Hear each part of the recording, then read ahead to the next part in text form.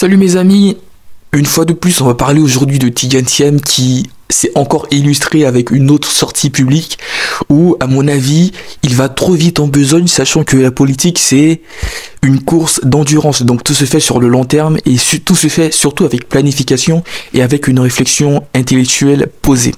Alors il a dit durant ce meeting à Boisseau, ce meeting du PDCI, que la vision politique importe peu que la parole de celle qui l'énonce. Ce qui veut dire que faut pas faire beaucoup de promesses, les promesses qu'on ne peut pas surtout tenir, parce que quand on arrivera au pouvoir et qu'on sera confronté à la réalité de la gestion de la chose publique, on peut vite être déchanté et voir que nos promesses sont caduques, tant la réalité est beaucoup plus sévère et beaucoup plus dure qu'elle n'en a l'air lorsqu'on est de l'autre côté du spectre politique, c'est-à-dire lorsqu'on n'est pas au pouvoir.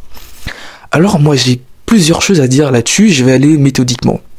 Déjà sur le fait que la vision n'importe pas. Sachez que monsieur Tidiane Thiam, et moi je le dis beaucoup de fois, les grandes choses sur la Terre, les grandes inventions, les grandes évolutions qu'on a eues se sont faites avec des gens qui ont porté des visions, qui ont porté une certaine ambition, qui avaient un idéal qu'ils ont voulu retranscrire à travers leur engagement politique et leur discours. Et donc, si on en est là aujourd'hui dans un monde au 21e siècle où on a quand même un progrès technologique assez remarquable, on vit dans une certaine harmonie, quoique c'est assez parsemé, c'est assez déséquilibré par moment en fonction des zones géographiques. Je veux parler du Moyen-Orient ou de l'Europe où il y a eu la résurgence de la guerre, où il y a des guerres interminables.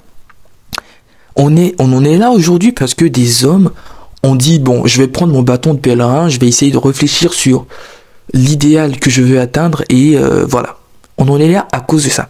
Donc si vous n'avez pas une ambition, vous n'avez pas une vision pour la Côte d'Ivoire, si vous ne vous projetez pas dans ce que pourrait être la Côte d'Ivoire sous votre règne, sous prétexte que les promesses en l'air, faut pas les faire, monsieur, sachez que vous allez perdre dès le premier tour. Et ça, c'est mon souhait, parce que je veux pas vous voir au pouvoir, vous qui semblez parachuter du haut de votre parcours. Sachez, monsieur, que si vous ne faites pas de promesses, si vous ne dégagez pas une certaine vision de là où vous voulez conduire la Côte d'Ivoire à l'horizon 2030-2040, moi j'ai envie de dire que c'est assez dommage pour vous, ce serait regrettable, sachant que votre parcours de financier vous a sûrement confronté au fait que vous étiez obligé de faire des prévisions. C'est la base même de l'économie.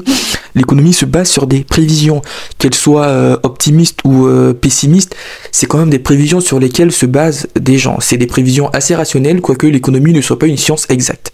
Bon, je vais pas vous faire une leçon d'économie, je pense que vous êtes mieux aguerris là-dessus par rapport à moi. Tout ça pour dire que ça sert à rien de venir faire le mec modéré ou je ne sais quoi. Monsieur, esquissez-nous votre programme de gouvernement. Dites-nous où est-ce que les Ivoiriens iront sous votre règne, si tant bien que vous êtes élu. Voilà, c'est aussi simple que ça.